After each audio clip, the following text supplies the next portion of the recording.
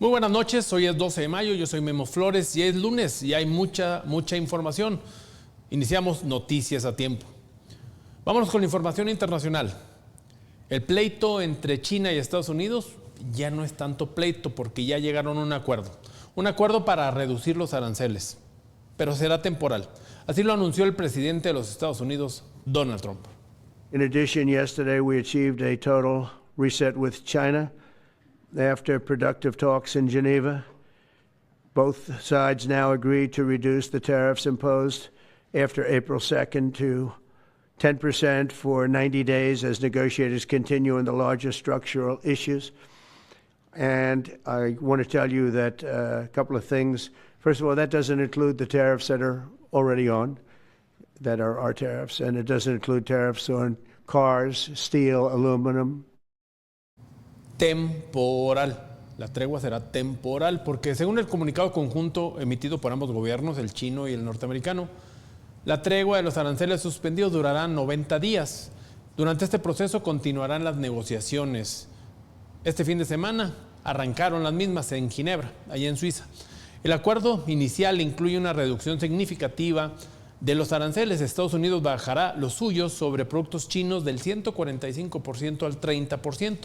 Mientras China reducirá los suyos sobre bienes estadounidenses del 125% al 10%. Donald Trump dejó claro que esta tregua no aplica para productos claves para la industria norteamericana, para la economía norteamericana, como lo son automóviles, el acero y el aluminio. También añadió que tal vez hablará con su presidente amigo, con el presidente Xi Jinping, amigo entre comillas, el fin de semana.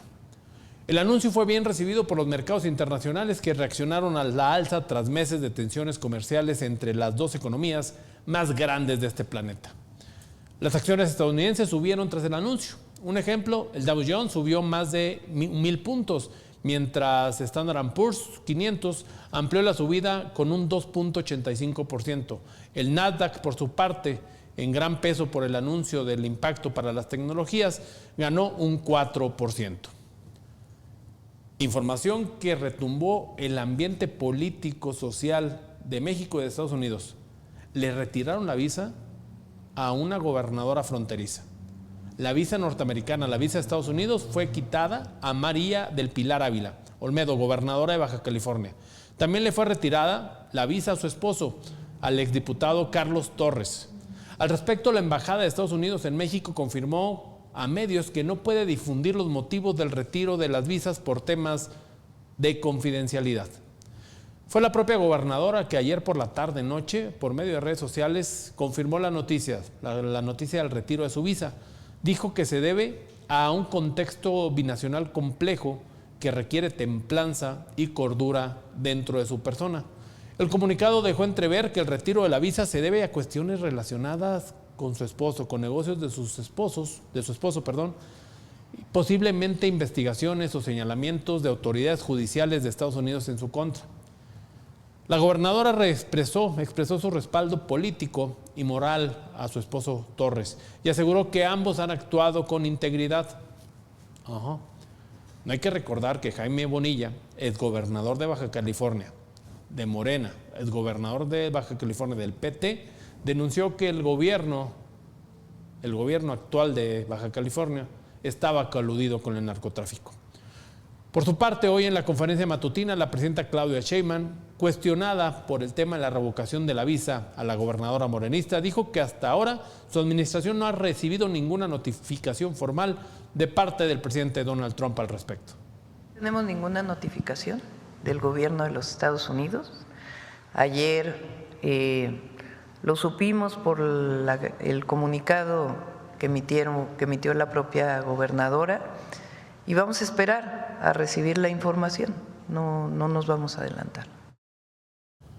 Como ya vimos, Sheinbaum también negó que existan casos similares entre otros mandatarios. Reiteró que esperará la información del caso de la gobernadora de Baja California, al tiempo que rechazó las versiones que señalan que ya el gobierno mexicano estaba entrando en deterioro. La presidenta confirmó que solicitará más información a autoridades norteamericanas, información al respecto. Por la tarde del día de hoy, los bancos norteamericanos Wells Fargo y Bank of America confirmaron que han cancelado las cuentas bancarias de la gobernadora María del Pilar Ávila Olmedo y de su esposo Carlos Torres en San Diego, California. La decisión de las instituciones financieras se basa en las sospechas que hay por el posible manejo de fondos en aquellas instituciones, en las cuentas de la gobernadora, que procederían de actividades poco lícitas. Por otra parte, fuentes confirmaron que la frecuencia con las que María del Pilar y su esposo, el exdiputado panista Carlos Torres, cruzaban la frontera fue una de las razones claves por las que las autoridades de Estados Unidos prendieron alertas. Además del arraigo que tiene esta pareja en la comunidad californiana, allá en Estados Unidos, donde serían propietarios de diversos bienes raíces a través de prestanombres. En California, todos los bienes de la pareja están a nombre del esposo de la gobernadora, y este a su vez tiene sociedades con Juan Manuel y Luis Jaime Lameiro, operadores restauranteros y de bares en California. Las mismas fuentes confirmaron que instituciones de justicia en Estados Unidos han comentado que esta situación con María del Pilar, gobernadora de Baja California, se pudiera repetir con el gobernador de Sinaloa, Rubén Rocha, y también con el de Tamaulipas, Américo Villarreal. Información importante. La Secretaría de Agricultura de Estados Unidos, encabezada por Brock Rawlings, anunció la suspensión temporal de la importación de ganado en a pie desde México por un periodo de 15 días. Esto ante la detección de nuevos casos de gusano barrenador. Hay que recordar que en las últimas semanas había más de 300,000 cabezas de ganado detenidas en la frontera México con Estados Unidos porque habían detenido el proceso, se estaban ralentizando los procesos. Esta información fue confirmada por el secretario de Agricultura de México, Julio Verdegué, a través de su cuenta de X. Desde Palacio Nacional, la presidenta Claudia Sheinbaum manifestó su inconformidad con la decisión, asegurando que su administración mantiene una ofensiva activa contra esta plaga. Estamos de acuerdo con esta medida. El gobierno de México ha estado, desde el primer momento que se recibió la alerta del gusano barrenador, trabajando en todos sentidos. Tengo un informe aquí del propio secretario Verdegué, pues de todas las acciones que se han realizado, todas las medidas para evitar y para erradicar además el gusano barrenador, que normalmente viene por la frontera sur. Se ha estado trabajando, ya lo ha estado informando él y lo sigue informando, puede venir aquí a la mañanera a informar todas las medidas que se han tomado. Entonces no estamos de acuerdo con esta medida. Habló el secretario Verdegué con la secretaria de Agricultura de Estados Unidos, se planteó que van a ser 15 días para poder seguir trabajando y esperamos que muy pronto se levante esta medida que consideramos injusta. El pasado 8 de mayo, instituciones relacionadas con la agricultura de Estados Unidos y México habían acordado mantener las fronteras abiertas para la exportación de ganado. Pero Estados Unidos advirtió que podría revertir esta decisión si no se le permitía intervenir directamente en territorio mexicano para combatir el gusano, así como lo hacen en Centroamérica. El gusano barrenador fue declarado erradicado en México en la década de los 90. Sin embargo, desde el sexenio anterior, el de López Obrador, reapareció, como bien lo comentó la presidenta Claudia Sheinbaum, procedente de países centroamericanos. Según estimaciones de ambos gobiernos, México exportó durante el 2024 poco más de 1 millón de cabezas de ganado a Estados Unidos. Y vamos ahora a información. Vamos a continuar con la información de este caso de la ceremonia AX, donde fallecieron 2 jóvenes fotógrafos en la Ciudad de México. La presidenta Claudia Sheinbaum anunció que el gobierno federal trabaja para cancelar ya la concesión del Parque Bicentenario y transferir sus operaciones a la Secretaría de Cultura. El Parque Bicentenario se está haciendo todo para retirar la concesión. Hay algunos temas jurídicos que está viendo la consejera jurídica y la secretaria de SEDATU y el INDAVI, pero se va a retirar la concesión.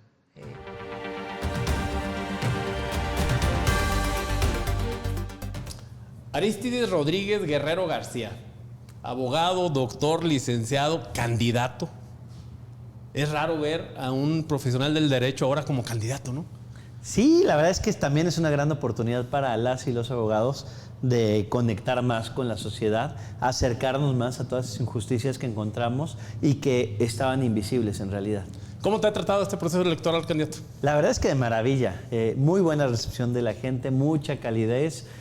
Por ejemplo, ayer fui a la central de Abastos en Ciudad de México y iba pasando por los pasillos y de repente llegaban y me regalaban una bolsita de manzanas, una bolsita de mangos. Estuve en Puebla y también me regalaron una bolsita de pitaya. Entonces ahí es donde te das cuenta de cómo la gente realmente agradece que estés recorriendo el territorio y eso a su vez anima muchísimo y genera todavía más pasión de la que tenemos. Oye, Arístides significa, es de origen griego y es hijo del grande, ¿no? Sí. Grande el reto que te estás aventando, ¿no? ¿40 años o 41?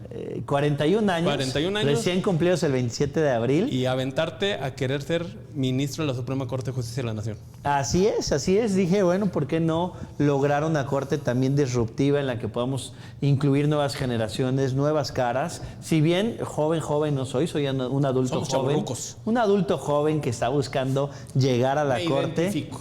y a romper con ese modelo acartonado. Y sí, Arístides, precisamente nombre griego, conocido como Arístides el Justo. Entonces, en el nombre también llevamos pasión. Gran peso, ¿no? Oye, para ti, ¿qué hubiera sido más sencillo, candidato? ¿Ser ministro de la Suprema Corte de Justicia de la Nación con este nuevo sistema judicial, con esta reforma al poder o con el sistema anterior?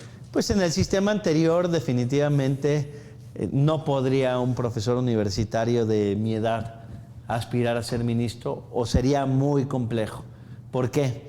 Porque en el modelo anterior el presidente es quien proponía una terna y el Senado es quien la designaba. Eso se traducía en cuotas y cuates. Cuotas del presidente y cuotas de los partidos políticos. Hoy la decisión va a recaer en la ciudadanía, en el voto popular, en decir este perfil me gustó, este perfil tiene licenciatura, especialidad, maestría y doctorado, este perfil es profesor universitario, este perfil empezó desde abajo cosiendo expedientes y fue secretario auxiliar, secretario de Estudio y Cuenta y director de jurisprudencia, este perfil es el que me gusta para ser ministro de la Corte. O probablemente decir, este es otro perfil el que me llamó más la atención, simplemente yo estoy presentando una propuesta diferente, innovadora, disruptiva y que va a romper con ese modelo acartonado de la Corte. Oye, Arístides, ¿cuál crees que es los principales vicios del Poder Judicial actual? Pues creo yo, uno, la falta de empatía y cercanía con la sociedad. O sea, ese es el principal o el primero. Segundo, falta de transparencia. Hoy no hay transparencia en el Poder Judicial porque no conocemos en qué etapa se encuentra tu juicio. Y te lo pueden mandar a la congeladora y que se quede en la congeladora durante meses y meses y meses y no hay una explicación del por qué está en la congeladora tu juicio. Y muchas veces nos encontramos y la frase que nos hemos encontrado en todos los estados de la República es: solamente hay justicia para aquel que tiene dinero. Y aquella persona que no cuenta con los recursos suficientes para pagar a un abogado, pues que se olvide la justicia. Y ese es el principal vicio y ese es el vicio que hay que erradicar. Dicen que en el penal está el pobre o el perseguido político. Pues llega a pasar y adicionalmente pues nos encontramos con muchos casos como el que acabo de vivir yo en Carrillo Puerto, en Felipe Carrillo Puerto, en el estado de Quintana Roo, en el que en el marco del Día de las Madres justamente hubo un grupo de madres solteras que me decían: oye, es que yo no tengo para pagar la alimentación, para la educación y la vivienda y el vestido de mi hijo, menos tengo para pagar a un abogado que me ayude a demandar a ese padre desobligado. Y es justamente estos grupos en situación de vulnerabilidad, pueblos y comunidades indígenas, personas con discapacidad, madres solteras, quienes más están anhelando y exigiendo justicia. Oye, hablando de anhelar justicia, muchos hablan de que el gran problema de la corrupción, yo creo que en el tema del Poder Judicial es la impunidad, particularmente. Y traía este dato de la última encuesta nacional de victimización y percepción sobre la inseguridad. 92.9% de los delitos en este país no se denuncian y no se les abre carpeta de investigación. ¿Y por qué? Porque la gente piensa que pierde mucho tiempo en abrir un proceso o porque tiene desconfianza en las autoridades. O porque llegan a creer o llega a creerse que sale más caro el caldo que las albóndigas en muchos de los casos, porque cuánto necesitas para primero contratar el abogado, 2, la corrupción que existe muchas veces en todo el sistema de impartición de justicia y en el que probablemente el delito dices, bueno, ya. Me sale más caro. Me sale más caro. Esta frase, sale más caro el caldo que las albóndigas. Entonces, creo yo que eso debe cambiar. Ese 92% debe revertirse necesariamente, agilizar y facilitar la presentación de la denuncia, ser más pedagógico, didáctico en la explicación de cómo se puede lograr obtener justicia en un caso tan cotidiano. ¿A cuántas y a cuántos de los que nos están viendo en este momento, no sé si te ha pasado algún familiar, les han hackeado el WhatsApp?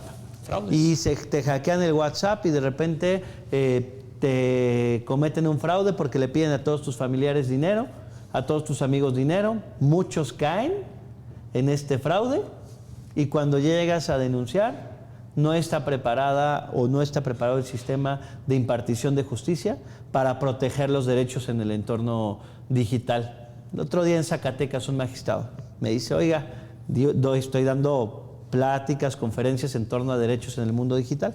Me decía, oiga, ¿qué cree? Fíjese que el otro día me habló mi sobrino. Me dijo, oiga, tío, necesito que guarde una mercancía en su casa. Era comerciante el sobrino. 20 minutos después le vuelve a hablar el sobrino. Y dice, oiga, tío, fíjese que me detuvieron la mercancía, pero necesito 20,000 pesos, que me los deposite en el Coppel. Este señor depositó los 20,000 pesos y nunca más volvió a saber del supuesto sobrino, porque habían clonado la voz de su sobrino con inteligencia artificial. ¿Está preparado nuestro sistema para la protección de derechos en el mundo digital? No, ¿verdad? Cero. No la hay. Y la impunidad del 92% es una cifra que no me resulta desproporcionada, precisamente por todas las trabas y dificultades que se presentan.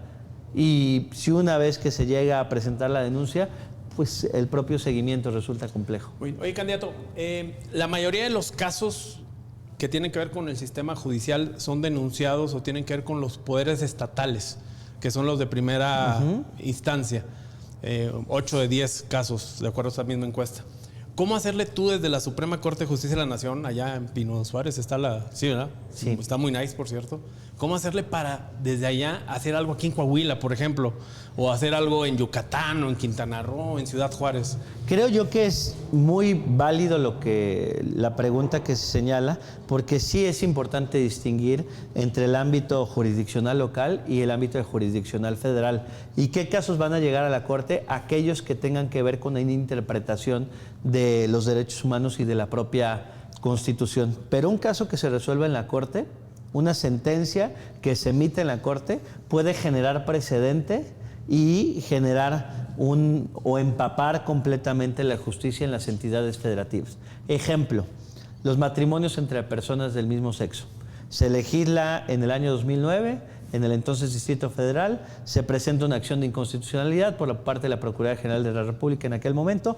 La Corte resuelve que resultan constitucionales los matrimonios entre personas del mismo sexo y con esa sentencia ya se logró permear en toda la República Mexicana. La Corte, este Tribunal Constitucional, tiene un poder transformador a través de las sentencias. Es así como podemos permear. Y naturalmente voy a buscar también conocer las necesidades que haya en cada estado de la República y por eso estoy recorriendo todo el país. Que lo que reclaman en los poderes estatales es que no tienen recursos, que la mayoría del recurso se va para la federación y que ellos tienen poco cuando son los que atienden más casos. Creo que ahí falta un tema de administración de la justicia también, ¿no? Pues creo en caso de que sea cierto, no sé si sea cierto. Sí, habría que ver caso por caso de cada tribunal, de cada entidad federativa, pero sin duda, o desde mi punto de vista, la falta de recursos no debe ser nunca pretexto para lograr una justicia pronta y expedita, es decir, una justicia ágil, porque hoy en día ya existen diferentes herramientas. Por eso dentro de las propuestas que estoy presentando es lograr incorporar como herramienta la inteligencia artificial. Y ojo, no estoy hablando de sustituir. Oye, se oye muy loco. Suena muy loco. Se oye muy loco para los que no lo manejan, ¿no? Suena muy loco y no estoy proponiendo sustituir al juez por un robot. Lo que estoy proponiendo es que con inteligencia artificial podamos agilizar la redacción de la sentencia a partir de la búsqueda de precedentes. ¿Ya se ha hecho algo por este estilo? Yo ya lo hice en el Info de la Ciudad de México. Cuando fui comisionado presidente del Info, lanzamos las primeras resoluciones con inteligencia artificial y el fondo, y hay que decirlo y dejarlo muy claro, el fondo de la sentencia, es decir, el estudio, el razonamiento lógico, jurídico, argumentativo, lo debe seguir realizando el ser humano. El secretario de Estudio y Cuenta, el ministro. Sí, para no alejar el sentimiento, Para no alejar precisamente. Yo no quiero justicia artificial, yo no quiero ministros artificiales. Yo lo que quiero es que la inteligencia artificial me sirva como una herramienta para agilizar la impartición de justicia, pero también como una herramienta que me permita controlar la calidad y la homogeneidad en los propios criterios y sentencias del juzgador. Oye, ¿tú traes tu boletota? Yo traigo mi boletota. Yo traigo mi boletita. Ah, muy bien. Sí. Oye, aquí estás en el número 48. Ahí estamos. Va a estar complejo. ¿Y por qué escogerte a ti? ¿Por qué escoger al número 48 a Guerrero García, Arístides Rodríguez, sobre los otros 63 candidatos? ¿Por qué tú y no otro que aquí puedo ver? Primera, porque voy a llevar sesiones de la Corte itinerantes en los diferentes estados de la República. ¿No les gustaría una sesión aquí en Saltillo, Coahuila? Una sesión de la Corte en una universidad, aquí en Saltillo, Coahuila, viendo de frente a los universitarios o viendo de frente a la gente. Segunda, porque voy a crear el Spotify de la justicia. Así como Spotify sirve precisamente para... ¿Tipo podcast? No podcast, aquí lo aclaro porque sí es cierto, se ha llegado a confundir.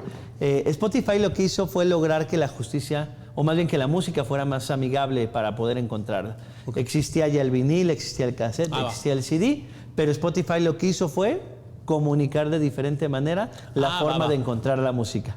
Por eso uso esa analogía del Spotify. Voy a crear el Spotify de la justicia y de esta manera vas a poder elegir por ministro, así como puedes elegir por cantante o grupo musical. Aquí vas a poder elegir por ministro, le vas a dar clic, ministro Arístides Rodrigo Guerrero, y te va a arrojar mis sentencias más relevantes y los argumentos más relevantes. Es el algoritmo de la justicia, es el algoritmo de la justicia. O vas a poder elegir por temática de sentencia, despenalización del aborto, y vas a poder encontrar los argumentos que ha presentado un ministro y una ministra en torno a la despenalización del aborto. De esta manera vamos a comunicar de mejor manera y más amigable la posibilidad de encontrar una sentencia. Así como le hizo Spotify con la música, vamos a hacerlo nosotros con la justicia. Oye, ahorita que traía el dato de la MVP, esta encuesta nacional de victimización, el grado de las personas de 20 a 29 años son los que más desconfianza tienen en la justicia.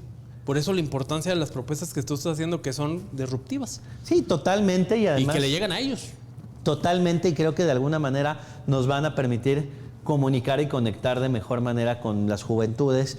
Quiero ser el ministro de las juventudes, quiero ser el ministro de la transparencia, quiero ser el ministro de la inclusión para personas con discapacidad. De hecho, estoy proponiendo que un 10% de mi ponencia sea integrado por personas con discapacidad, personas y abogadas y abogados de origen indígena y jóvenes, por señalar algún otro ejemplo de personas en situación de vulnerabilidad. Muy bien. Oye, te preguntaba hace rato que cuáles eran los principales vicios y pecados del Poder Judicial actual.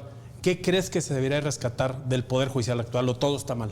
No, yo creo que siempre hay aspectos rescatables y definitivamente una de las ventajas, o más bien la época dorada del Poder Judicial, la vivimos por ahí del año 2010, cuando hablaba de esta Corte Transformadora, que fue precisamente en la acción de inconstitucionalidad 2/2010, donde se reconocieron los matrimonios entre personas del mismo sexo, que a golpe de sentencias se logró una Corte Transformadora en un ámbito de reconocimiento de los derechos humanos. Una Corte que no estaba buscando ese reflector político que buscó la presidenta Norma Piña, o esa Corte que no buscaba un golpeteo con los demás poderes, que lejos de buscar ese golpeteo buscaba un diálogo entre poderes en ánimo de lograr un mayor reconocimiento de los derechos humanos. El control de la convencionalidad creo que fue uno de los grandes avances que hubo con la Corte actual, los propios criterios interpretativos que se tuvieron, pero lamentablemente durante los últimos años de la Corte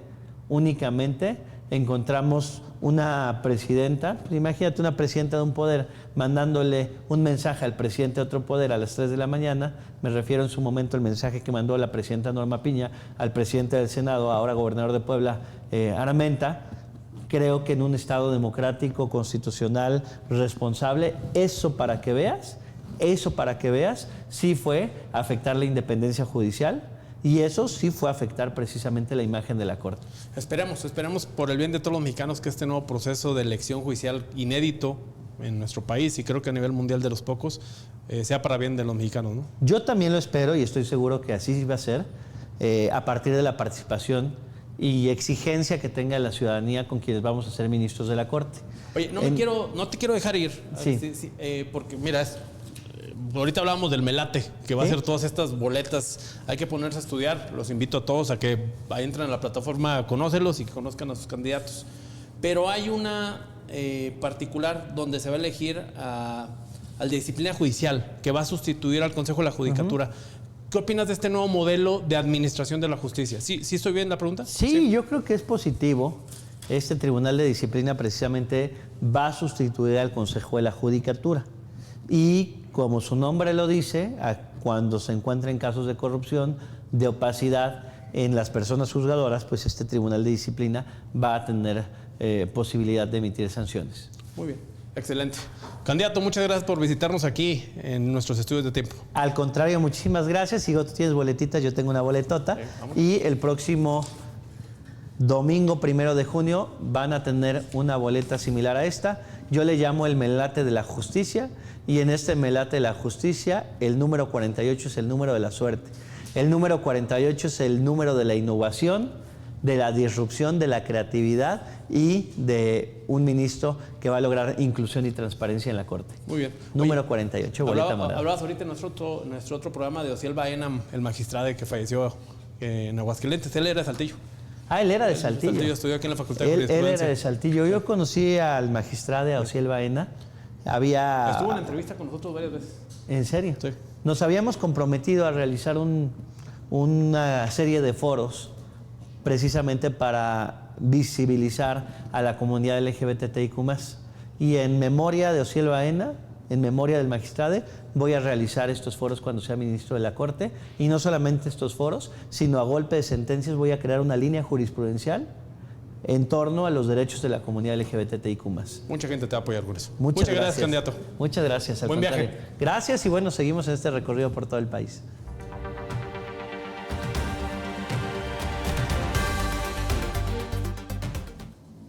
Regresamos con más información económica. Petróleos Mexicanos fue excluida del mayor fondo soberano del mundo.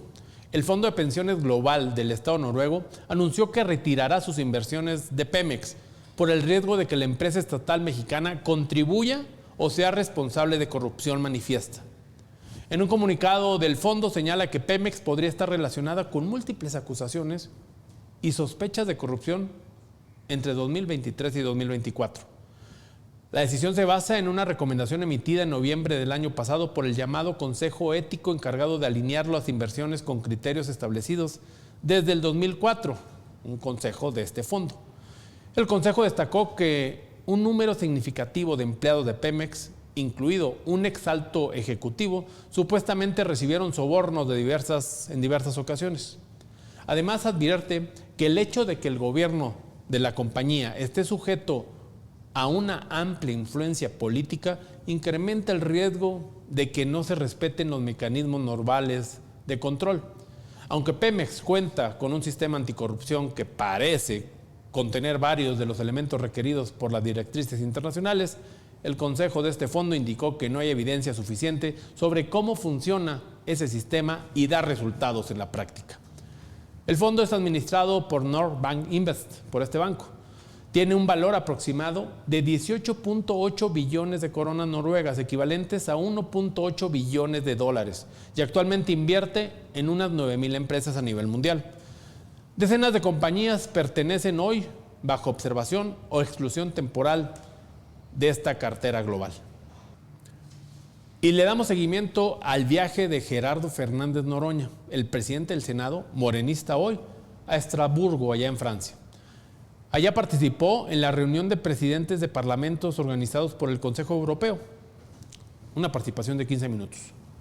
Su viaje tuvo un costo, solamente el avión y algunos viajes en trenes, más algunos viáticos, de 157,594 pesos, información transparentada por el Senado de la República. Al senador de Morena, antes del PT, donde por cierto ya no lo quieren, hay que recordar aquellas bullas que le hicieron en el Consejo Nacional, se le vio viajando en clase ejecutiva, pese a que el reglamento interno del Senado solo permite cubrir boletos de clase turista.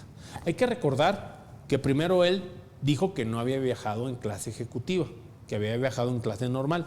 Después, cuando se fundieron las fotos, ya dijo, no, pues sí viajé yo, pero bueno, no era primera clase, era ejecutiva. El legislador dijo que había cubierto con sus recursos propios parte del boleto para cubrir la diferencia en clase ejecutiva. Los documentos transparentados por el Senado muestran otra cosa. Según las facturas, el vuelo de Air France tuvo un costo de 102,687 pesos, pagado en su totalidad por el Senado. El boleto le fue facturado directamente a nombre de la Cámara Alta. Noroña comentó que él devolvió 66,206 pesos y que el Senado solo cubrió 36,480, lo que equivalía al costo de la clase turista, pero no hay una factura a nombre de Noroña que compruebe esa devolución. No hay evidencias. El Senado también cubrió su traslado en tren de París a Estrasburgo, en primera clase. Ese traslado fue de 7,000 pesucos. Y aparte el Senado también le entregó 2,250 euros, poco más de 49,000 pesos para sus viáticos, para sus comiditas. Todo esto con el aval de la Junta de Coordinación Política presidida por Adán Augusto López, también de Morena. Si el legislador realmente puso de su bolsillo, la diferencia habría desembolsado más de la mitad de su salario mensual. Seguramente tuvo un mes un poco apretado, porque si no, ¿con qué pagó su modus vivendi? Que también le gusta vivir bastante fifí. Y vámonos con información. Este fin de semana, en la Fiscalía General de Justicia de Nuevo León, se dio a conocer la detención de Ricardo N., pareja del influencer Lupita TikTok. Según el comunicado de la Fiscalía del Estado de Nuevo León, el sujeto fue aprendido el 10 de mayo e internado al Centro de Reinserción Social de allá de Nuevo León, donde permanece a disposición de un juez de control. El acusado enfrenta cargos por su presunta responsabilidad en un delito equiparable al de violencia sexual, luego de procrear una hija con la víctima, quien no estaba en condiciones para tenerla debido a su vulnerabilidad cognitiva. La Fiscalía General de Justicia de Nuevo León continúa con las investigaciones sobre este caso. En más información, en Morelos, un juez dictó prisión preventiva contra 2 personas por su presunta responsabilidad en el homicidio calificado de un menor de 13 años. Se trata de Eric Leonardo Terán Torbellín, un niño que falleció durante un campamento organizado por una escuela militarizada. Los imputados son Angélica N., instructora de este campamento, y Juan Carlos N., director de la Academia Militarizada Ollin-Cuauhtémoc. Ambos fueron detenidos el pasado 10 de mayo en Nezahualcóyotl, allá en el Estado de México. Fueron detenidos por elementos de la Agencia de Investigación Criminal. Al día siguiente, el domingo 11 de mayo, fueron presentados ante un juez de control en una audiencia realizada en Cuautla, donde se le impuso la medida cautelar de prisión preventiva. Durante la audiencia, los acusados se acogieron al término constitucional, por lo que su situación jurídica se definirá en los próximos días, en la audiencia de vinculación a proceso. Vamos ahora a información en materia económica y automotriz, 2 notas muy importantes. Nissan Motors recortará más de 10,000 empleos adicionales en todo el mundo, elevando el total de despidos a cerca de 20,000 trabajadores. La medida refleja la profunda crisis que atraviesa el tercer mayor fabricante de automóviles de Japón, que busca volver a ser competitivo tras sufrir duros reveses en el mercado principal, Estados Unidos. Los aranceles, la falta de modelos híbridos y una gama envejecida de vehículos han lastrado gravemente sus ventas, provocando una pérdida neta récord estimada en 4,740 millones de dólares al cierre fiscal de marzo. Nissan asegura que estos recortes forman parte de un plan para hacer un negocio más ágil y resistente, pero marcan uno de los mayores ajustes laborales en la historia reciente de la automotriz. En más de la industria automotriz, ya se dieron a conocer los resultados de ventas de vehículos ligeros en México y sufrió severos retrocesos en abril, con caídas generalizadas en producción en ventas y en exportaciones, según el registro administrativo del sector del INEGI. La producción se desplomó 9.1%. Por otra parte, las ventas internas aquí en el país de vehículos ligeros cayeron 4.6%. Las exportaciones retrocedieron casi un 11%, contrastando bruscamente con el crecimiento observado en marzo de este mismo año. Durante el cuarto mes del año se ensamblaron 326.069 unidades, se vendieron 108.298 vehículos y se exportaron poco más de 256.000. Cifras que reflejan una fuerte desaceleración del sector. Las marcas más golpeadas en cuanto a ventas fueron SEAT, con una caída del 36.9%, seguido de Honda con 26.4%, Suzuki 18.9%, General Motors 13.9% y Stellantis 11.7%. El panorama internacional no fue menos o mejor. En cuanto a las exportaciones, 12 marcas que exportan desde México registraron caídas, estas encabezadas por Mazda, que cayó un 60.9%. Volkswagen 44.4%, Stellantis 36.9% y Nissan 16.5%, dejando una evidencia de la magnitud del enfriamiento global de la demanda. Especialistas apuntan a que este freno se debe, en parte, a un efecto rebote tras el dinamismo del primer trimestre, cuando las armadoras aceleraron los pedidos para anticiparse las posibles consecuencias de los aranceles impuestos por Donald Trump. Esta estrategia infló los inventarios, lo que ahora está pasando factura, con una disminución en los flujos de abril y lo que se viene. Vámonos con más información de Estados Unidos. Hoy el presidente Donald Trump firmó un nuevo decreto que, según dijo, promete acabar con las prácticas irrazonables y discriminatorias de países que reprimen los precios de los medicamentos en el extranjero. Here is the bill. Bobby, come on over here. Now you're talking about premiums and premiums.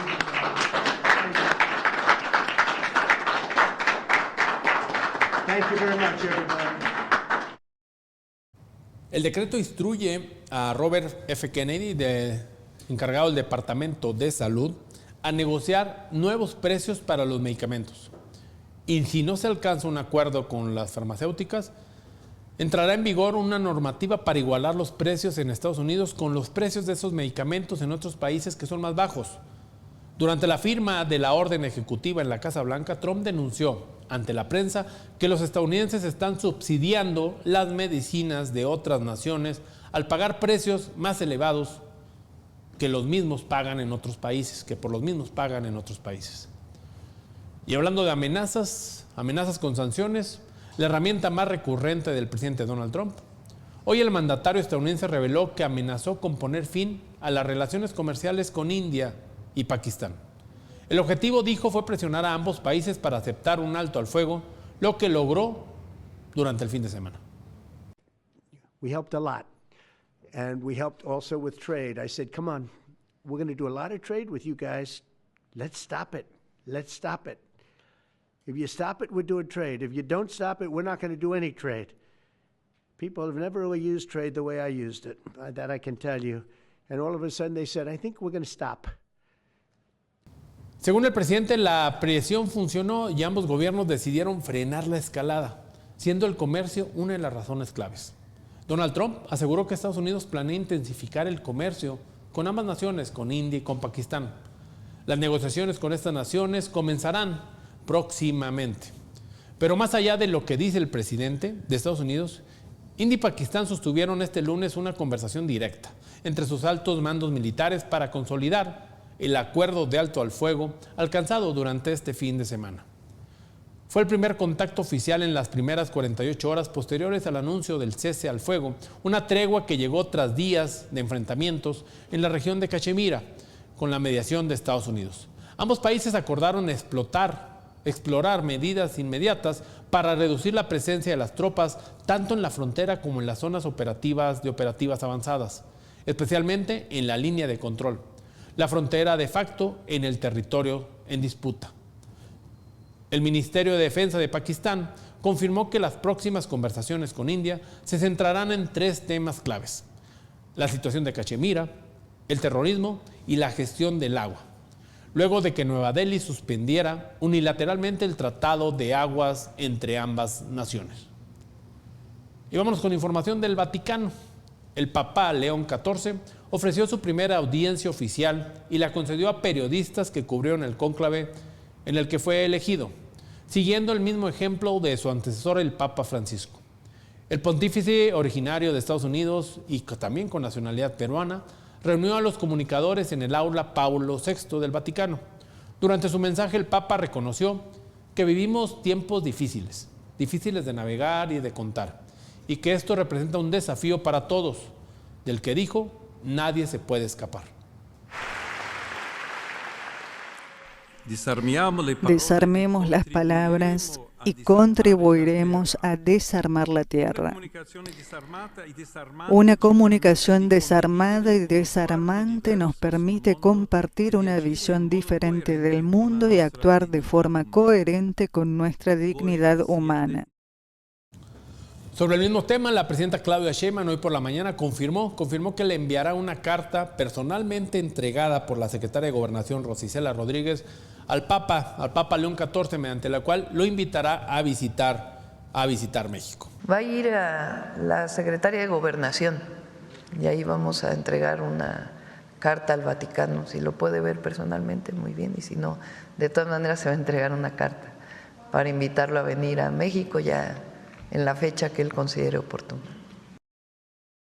Si les falta mensajero, con todo gusto yo me lanzo al Vaticano a entregar la carta al Papa Francisco y lo invitamos a que venga aquí a nuestro querido y adorado México.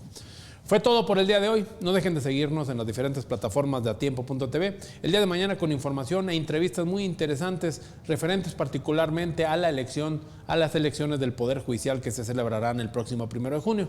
En punto de las 8 de la mañana, tiempo matutino, a la 1 de la tarde, a tiempo central. Soy Memo Flores. Que tengan ustedes excelente noche.